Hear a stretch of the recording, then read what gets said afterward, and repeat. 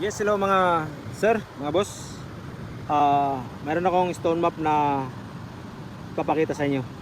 Sa mga nagsasabi paano ko to nahanap, ito sinasabi kong stone map or map stone o mapa na inukit sa bato.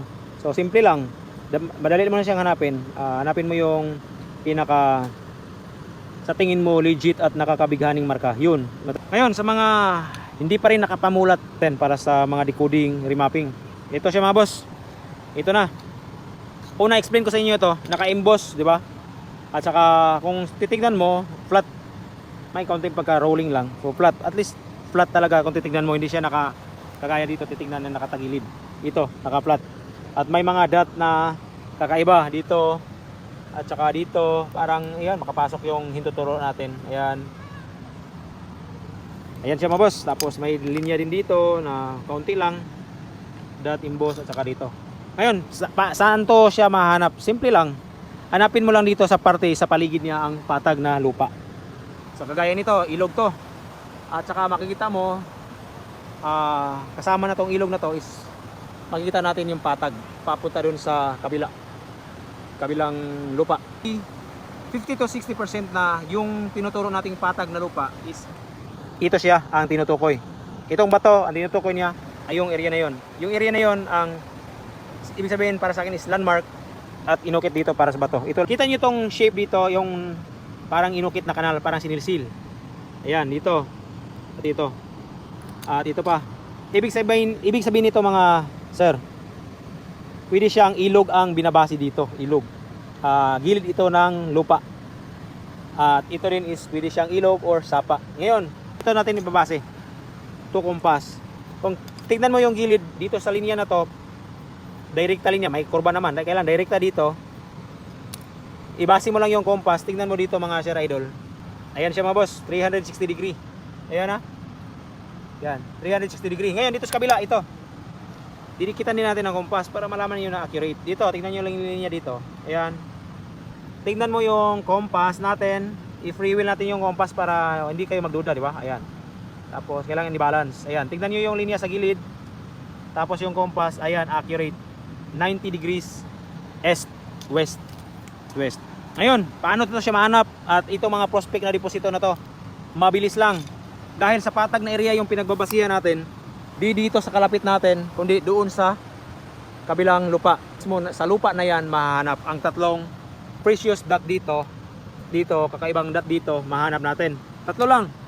Isa, dalawa, at saka tatlo. Ngayon, paano siya mahanap tong pang madalian? Madali lang. Yung landmark niya, yung ilog. Yung ilog na pinakamalaki. At saka dito sa isa na to, pwede siyang sapa, pwede ring ilog. So, konektado yon sa sapa at saka ilog dito. So, nasa gitna sa kanila yung prospect na deposito. Ito siya sa sapa at saka dito sa ilog. Distansya nga lang siya sa ilog, at saka medyo siya kalapit dito siya sa sapa ito or ilog. Nasa gitna kay bale. Kung titingnan mo, halos pareho lang yung distansya na 3 inches to 3 inches. Ayan, pareho lang yung distansya. Ito siya. At saka dito, kung makita mo yung kurba dito, ibig sabihin curving ng ilog o shape ng ilog, ito siya. Itong dot dito na parang papaloob, ibig sabihin parang pag ganitong yung okit dito, parang sinuksok lang o nakatunnel yung prospect na deposito. Ito siya. Para siya nakatunnel lang. Ayan. Ibig sabihin, ito yung ilog, ito. Tapos may bagyang medyo naka-emboss dito. Ibig sabihin nasa gilid siya ng ilog, naka-plastada yung deposito na isa. At saka dito paikot na kasi paikot. Kung titignan natin, at dito makikita ang isang prospect na deposito. Kung sinabi ko kaninang sapa or ilog to na landmark dito sa gilid, at saka ito yung pinakamalaking ilog, ito para maliit lang ang kanal o sapa din kasi putol. Ibig sabihin is short lang siya na kanal. Ayan yung ilog na naka-plastada. Bakit po dito medyo siya malawak? Dito may parang pinong linya dito at dito parang paikot. Dahil may isla dito. May isla dito kaya klarong-klaro siya mga idol. Mga boss, klarong-klarong isla. Ito na yung deposito at saka sa sapa. Ito siya. So gamit yung drone natin, papakita ko sa inyo. Ito yung, ulitin ko, ito yung south to north alignment. Ito yung east-west. At saka i-sketch ko lang sa inyo kung saan mahahanap at makikita to. At parehong-pareho ang pocket niya. Sapa o ilog at saka dito. O, papakita ko sa inyo mga boss. Sports mode lang yung gamit natin para mabilis tayo makapunta sa sa itaas. At saka lipat tayo ng frequency para sigurado di mawala yung signal. 2.4 GHz itong gagamitin natin. So yan, ito na yung area at saka ito yung patag na tinutukoy ko. At pansinin nyo, kita nyo ba yung compass sa gilid? Kita nyo yan. Alam nyo ba yan kung paano gamitin? So dyan tayo babase sa mga sinasabi ko.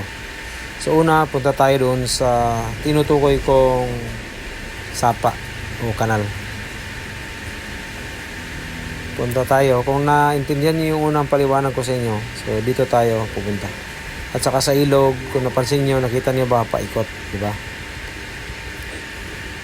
So ito yung tatahakyan natin. Itong sinabi kong sapa o ilog. So ito na siya. Babaybayin natin yan para sigurado kita niyo. Lampas na tayo ng 120 meters, so taasan pa natin para sigurado hindi mabunggo sa may mga kahoy para safety lang din at saka para klaro yung lupa na tinutukoy ko.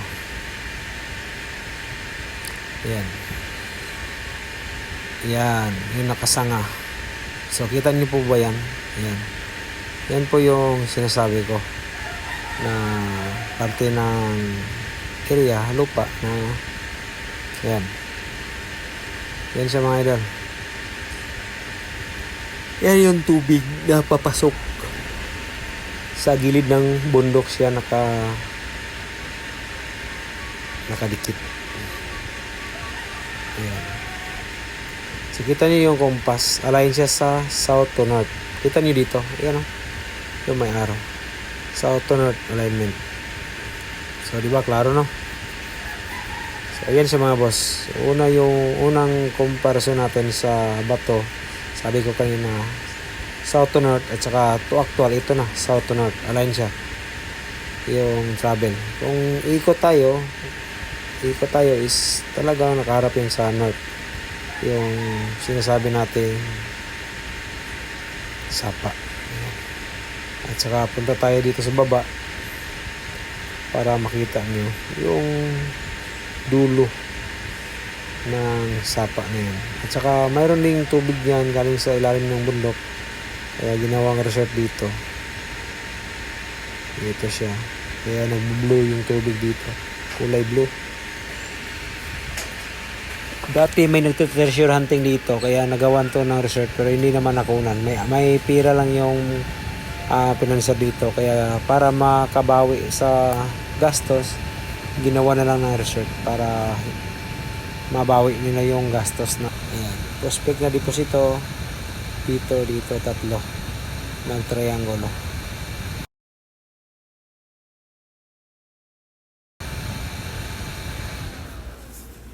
Miss ka sa pinaliwanag pinakita ko sa iyo. Sana huwag mo kalimutan pindutin yung subscriber button natin para sigurado masundan mo lahat ng mga videos na ginawa ko at sa mga videos na hindi mo pa nakita. Kung sa bago ka nga lang dito sa page ko, sa channel ko. Maraming salamat sa iyo at God bless. Ingat palagi.